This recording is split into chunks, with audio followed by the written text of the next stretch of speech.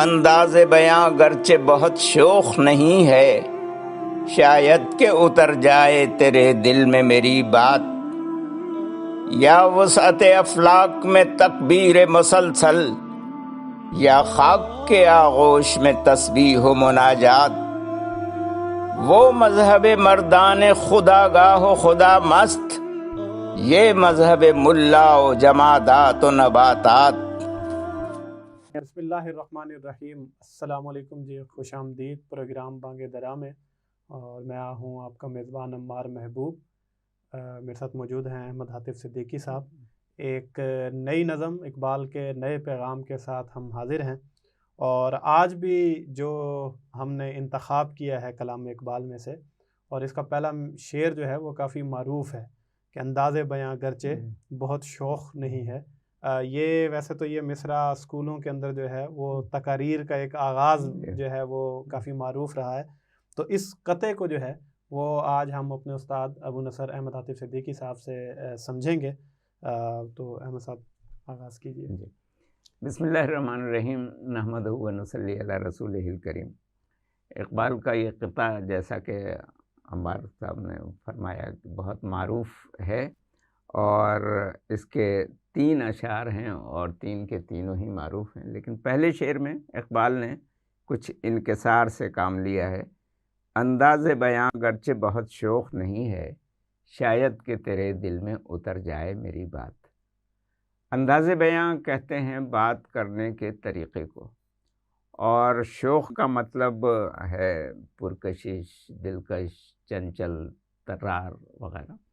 تو اس شعر میں اقبال نے یہ کہا کہ اگرچہ میری بات بہت زیادہ دلکش، بہت زیادہ پرکشش اور بہت زیادہ دل کو لبھانے والی نہیں ہے، عاجزی والی بات، عاجزی کا اظہار کیا ہے اس میں، لیکن یہ بات ایسی ہے کہ شاید جو ہے دلوں کے اندر اپنی جگہ بنا لے۔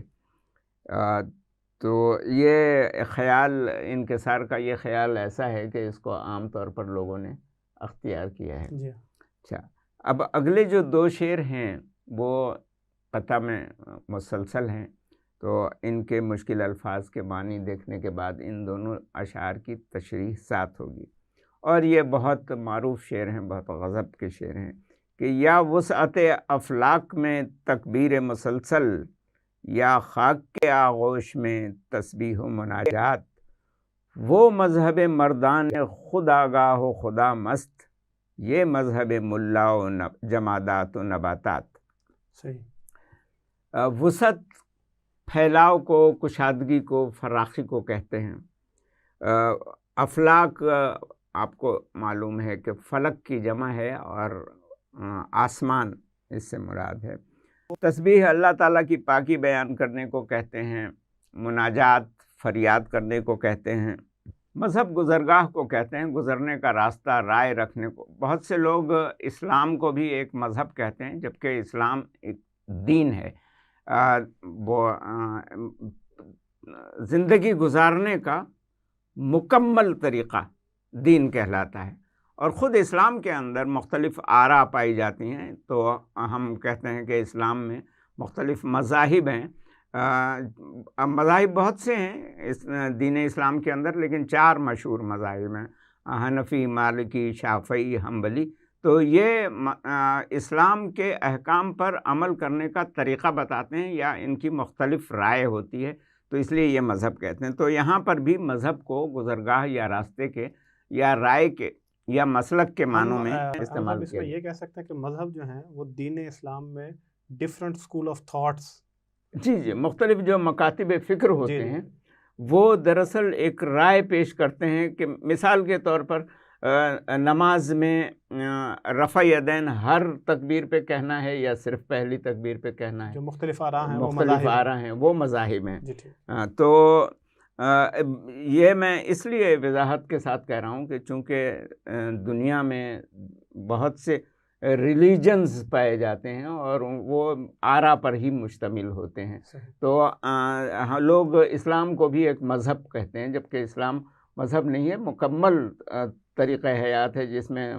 معاشیات اور اقتصادیات، سیاسیات، یعنی اور نکاح، طلاق وغیرہ، زندگی کے ہر پہلو پر احکام موجود ہیں جو دوسرے ریلیجنز کے اندر جو ہے وہ احکام نہیں ہیں.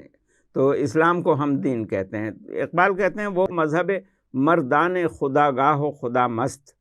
خود آگاہ، اپنی ذات سے واقف، اپنی ذات سے آشنا، اپنی حیثیت کو جاننے والا، اور خدا مست وہ جو کہ اللہ کی محبت میں سرشار ہو، بے انتہا کھویا ہوا ہو، اور ہر معاملے میں، زندگی کے ہر معاملے میں اللہ کی رضا کا طالب ہو، تو وہ خدا مست ہوتا ہے.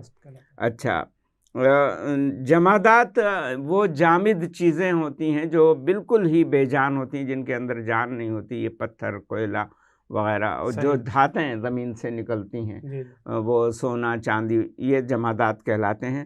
اور نباتات ہر اگنے والی چیز کو کہتے ہیں، ان کے اندر زندگی بھی پائی جاتی ہے، اس میں پیڑ پودے، پھول پھل وغیرہ. تو یہ مشکل الفاظ تھے.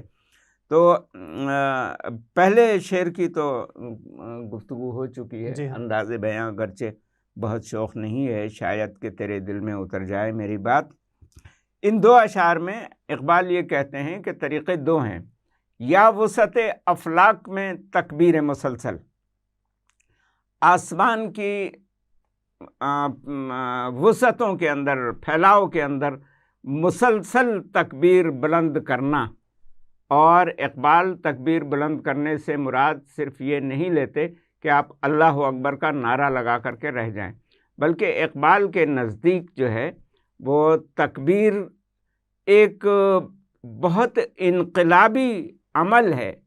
اس کی وضاحت ابھی ہو جائے گی.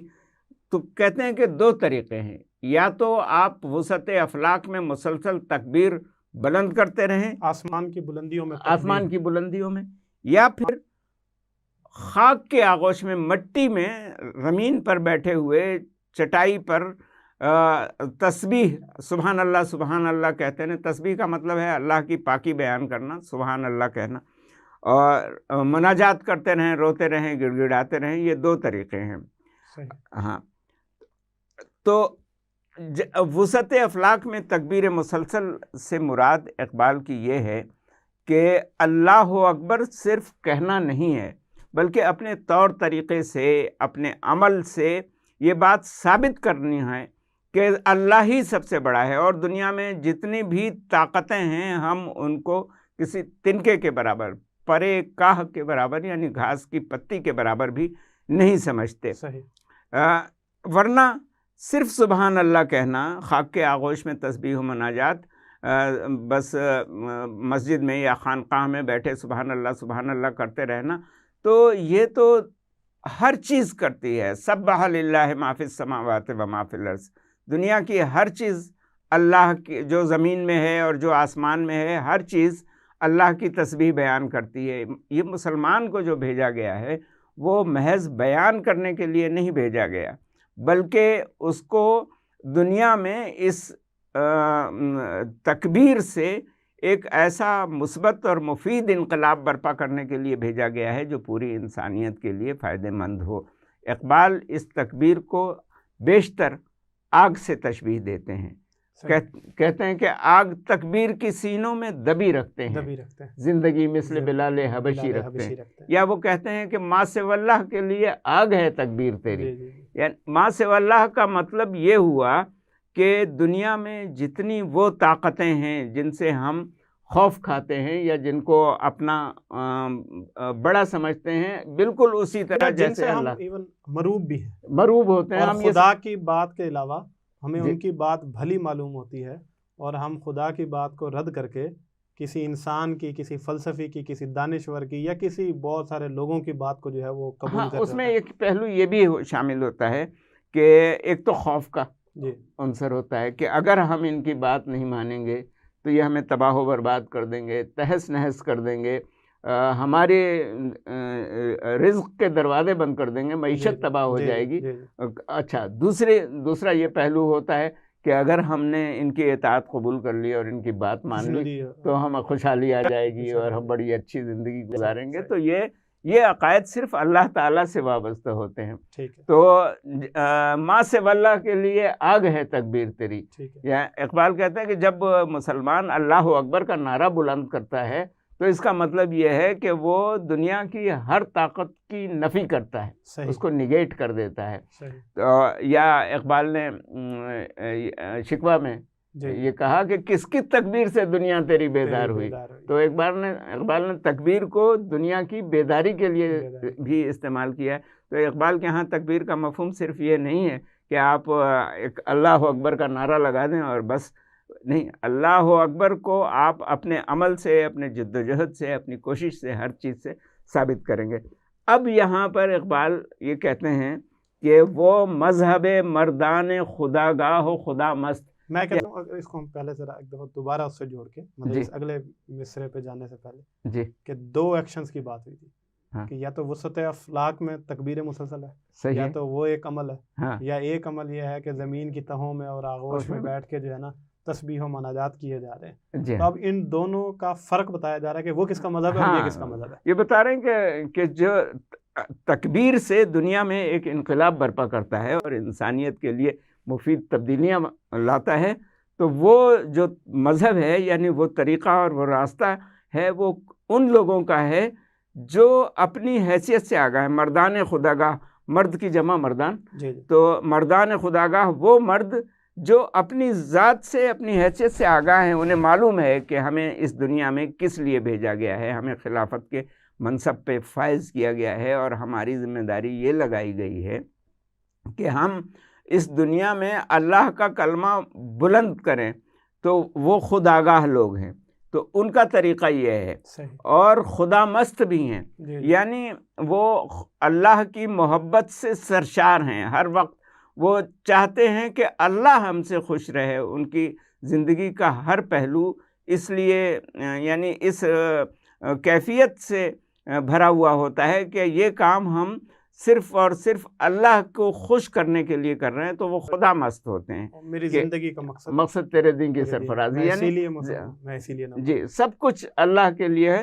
تو جو مردان خود آگاہ ہیں، اپنی حیثیت سے اور اپنی ذات سے واقف ہیں، وہ جو ہر وقت اللہ کی محبت سے سرشار رہتے ہیں اور ہر وقت اللہ کی رضا کی تلاش میں رہتے ہیں، ان کا طریقہ یہ ہے کہ وہ سطح افلاک میں تکبیر مسلسل، کہ پوری دنیا کے اندر اس بات کو گویا نافذ کرتے رہتے ہیں کہ اللہ کے سوا کوئی بڑا نہیں ہے. ہم کسی کو بڑا تسلیم نہیں کرتے اور کسی کے آگے ہم سر نہیں جھکاتے.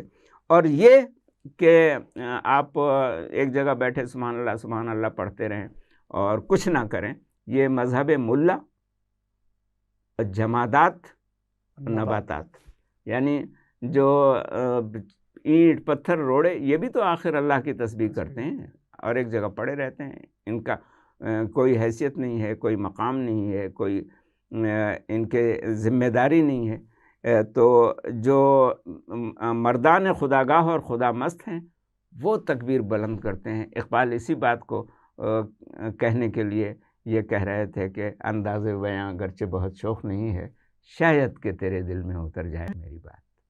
بہت شکریہ، جزاک اللہ.